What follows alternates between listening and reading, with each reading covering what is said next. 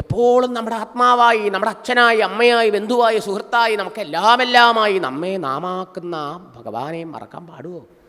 ആ ഭഗവാനല്ലേ നമ്മുടെ സർവസ്വം.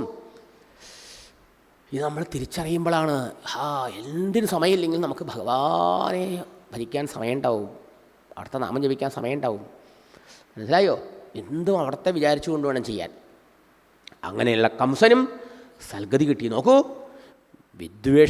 ഭയത്തോടെയാണെങ്കിലും നിരന്തരം ഭഗവാനെ സ്മരിച്ചാൽ വാസനകൾ മുഴുവൻ ക്ഷയിക്കുകയായി.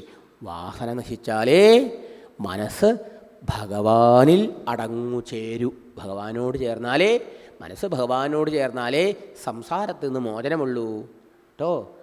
അതാണ് നമ്മളെ പഠിപ്പിക്കുന്നത്. അതിനുശേഷം പിന്നെയോ രംഗമൊക്കെ മാറി. എല്ലാവരും ഇതുവരെ കംസനെ ജയ് വിളിച്ച ആൾക്കാർ മുഴുവൻ കൃഷ്ണൻ ജയ് വിളിക്കാൻ തുടങ്ങി.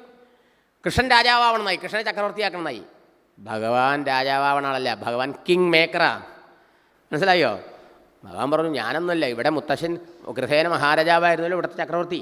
കംസൻ നിഷ്കാസനം ചെയ്ത് സ്വയം ജയിലിലിട്ടിട്ട് സ്വയം രാജാവായി പ്രഖ്യാപിച്ച് ഭരണം പിടിച്ചെടുക്കല്ലേ ചെയ്തേ.